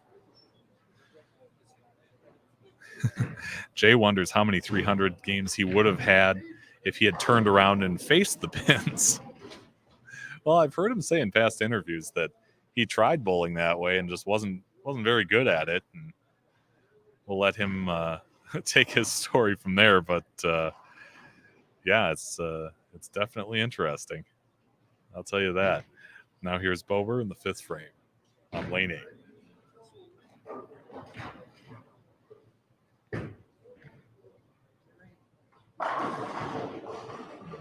It's a nice solid strike there. I believe he had been using an Idle Cosmos earlier on. Perhaps not in this match, but in the position round. Found some success with it. Switched balls. Can't really tell what he's using right now, but it's purple.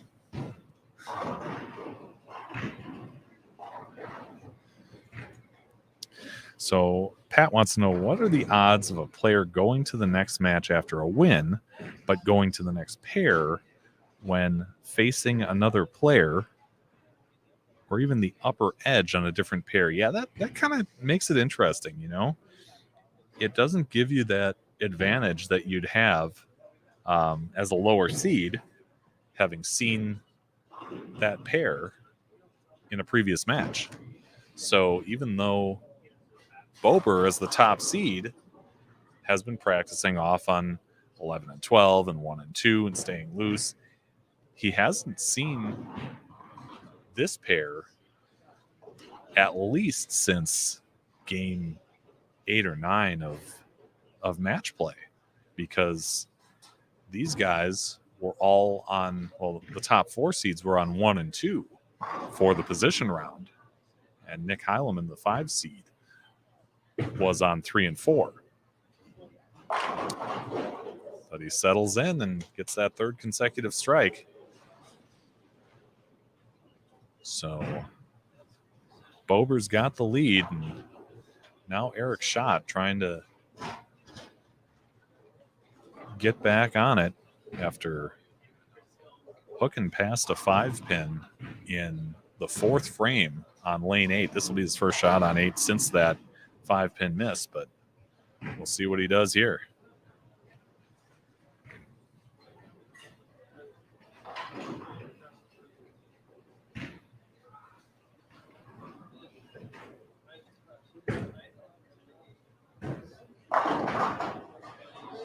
Oh, and that 6-pin tapped the 10, but couldn't push it down.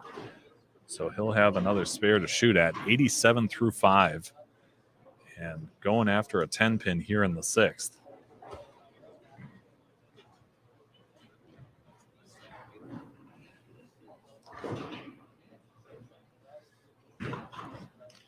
As he takes that interchangeable thumb, switches it from his strike ball, which I believe is an IQ, perhaps an IQ tour, into that plastic ball.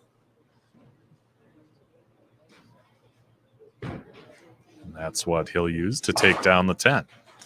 So 87 through 5 with a spare up in the 6th. But Bober is working on 3 in a row.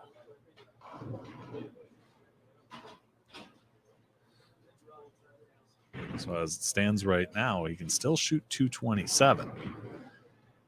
But he's going to have to punch out to do it.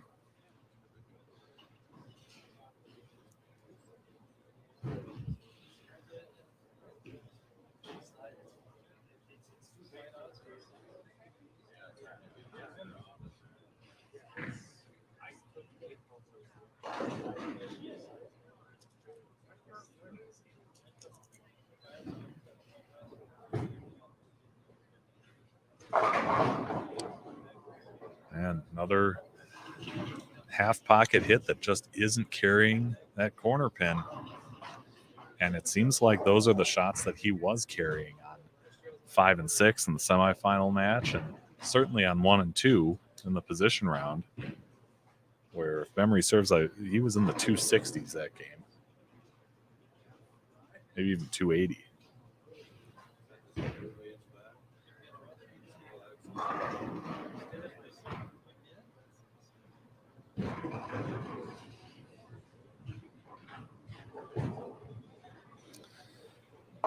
But the point is, I mean, he's thrown a lot of strikes today, and now he's going to have to figure something out because he's going to need some strikes and a little bit of help from Paul Bober if he wants to come away with this championship. Bober trying to working on 3 strikes in a row up in the 7th.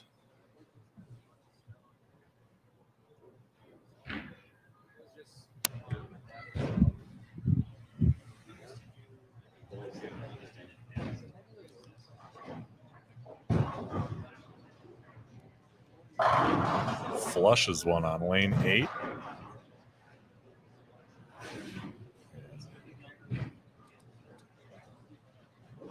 He is certainly in the driver's seat with 3 frames to go here. Really playing it down the middle, and I guess you could kind of say that for both of these guys. Didn't catch much of their qualifying round, but it seemed like for both of these guys, we're kind of starting in and bellying it out to that break point a little more than most of our competitors here today.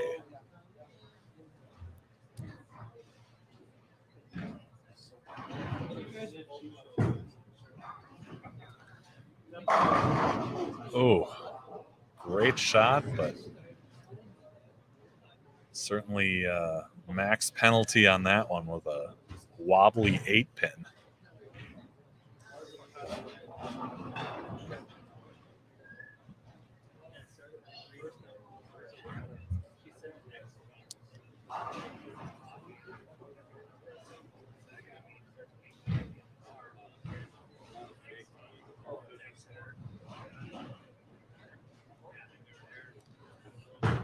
Plastic ball at that 8. Makes quick work of that. He's still up by about 30 sticks. So here's the situation. Shot up in the 8th and 9th. Still has a possible 216 up there. And going strike, spare, strike would get Bober a 216. Yeah. You could certainly say he was robbed on that one. It was a great shot. And that time the light hit carries. Takes down that 7.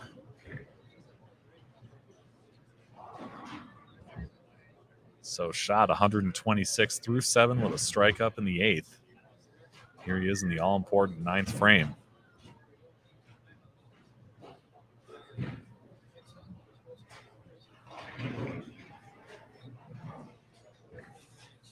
Scott says Paul Bober is or used to be a Columbia 300 staffer.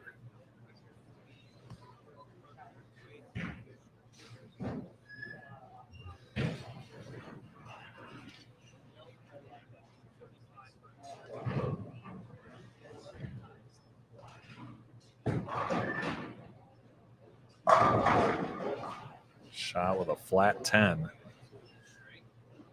on 7. So now he's going to need to punch out for 196. And that really opens the door for Paul Bober to put this thing away. Tyler says announcing would be so much fun. It is. It's great.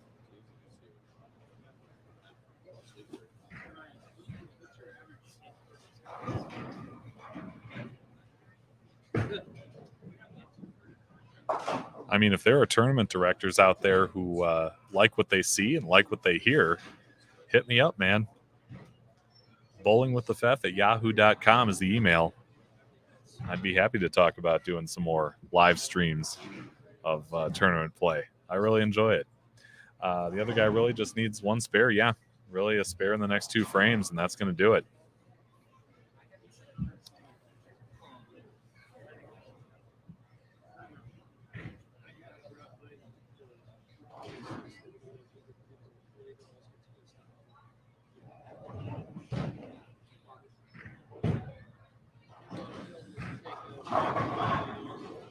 Takes out the 10, but not the 7. So still a little work to do. But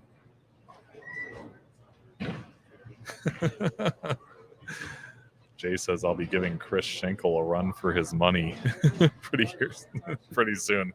I don't know about that.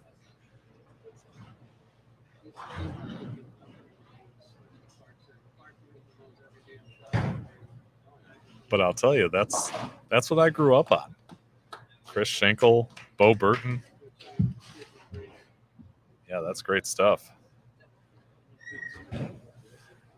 Pat says, thanks for streaming this. Hey, it's my pleasure. Really glad to do it. Almost 710. Yeah, you got that right. That would have been interesting. But instead, it's 175 through 8 with a spare up in the 9th, and now the first strike in the 10th, and that's going to just about wrap things up here.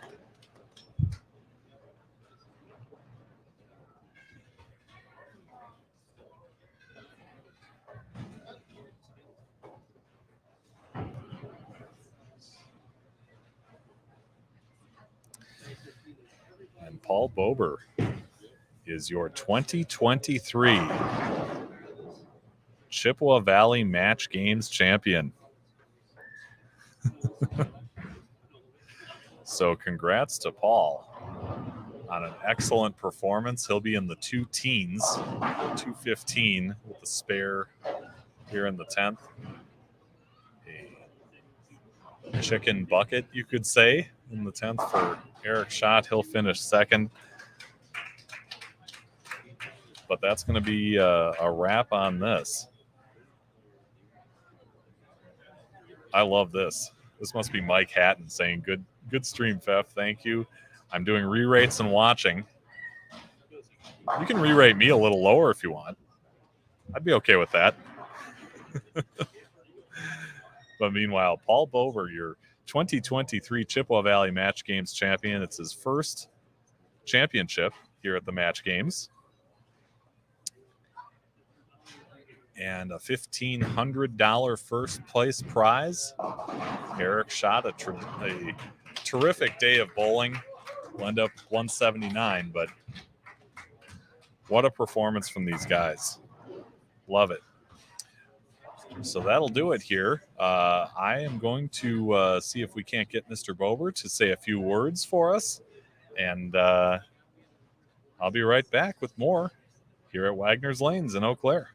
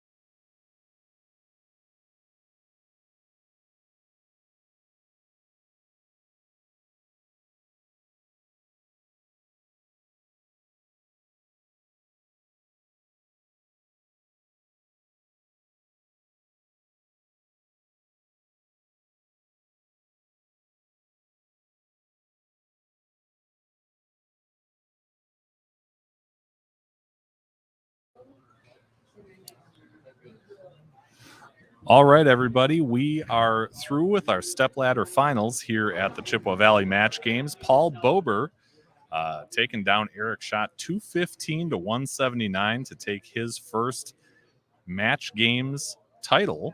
And I am fortunate enough, if I can get us both in the frame here, we'll knock down some papers. That'll be okay. Details. Yeah, these cords are kind of in the way, but somehow we'll make it work. Somehow, some way, we'll make it work. And a little conversation with the champ here. Sounds good. How's it feel? Very, very, very good. It's obviously never a bad thing to win.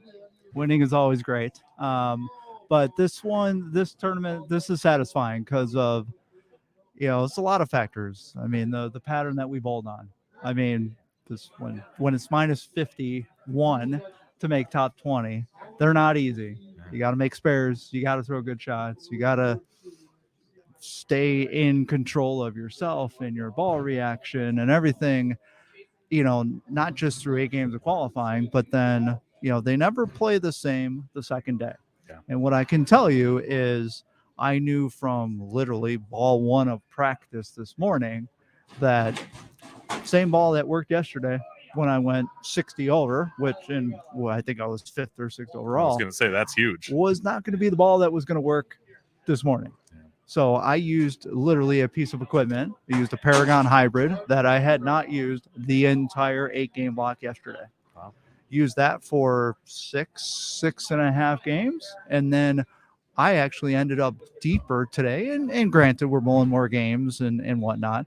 But I ended up deeper today by probably a good arrow than I had even thought about playing yesterday.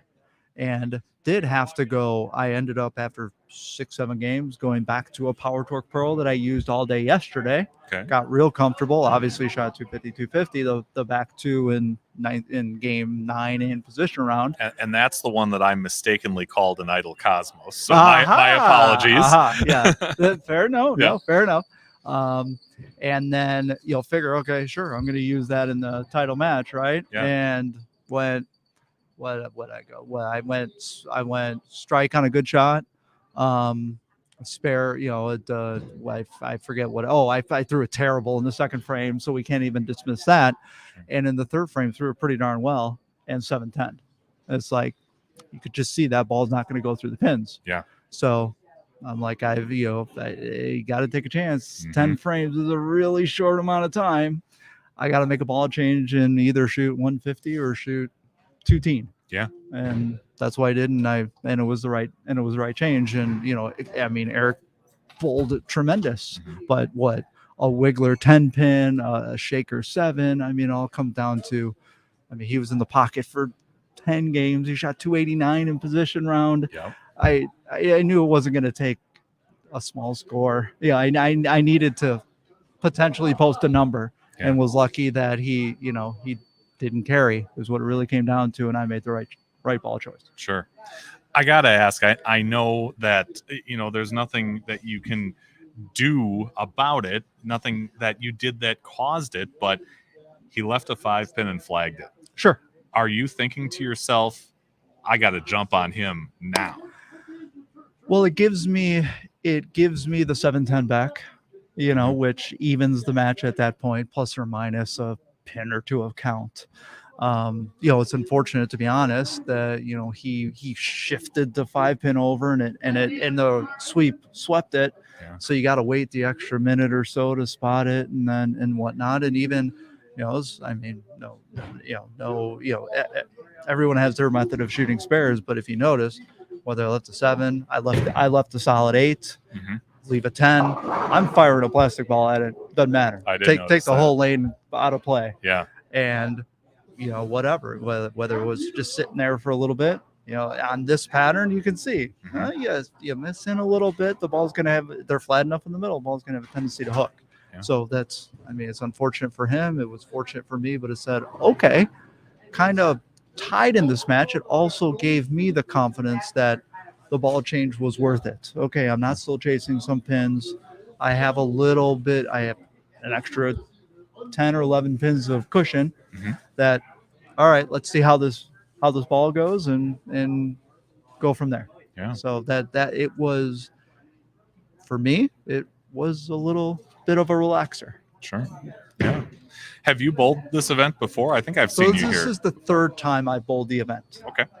In all the years that they've been running it. I've been fortunate every year to make the top, to make Sunday.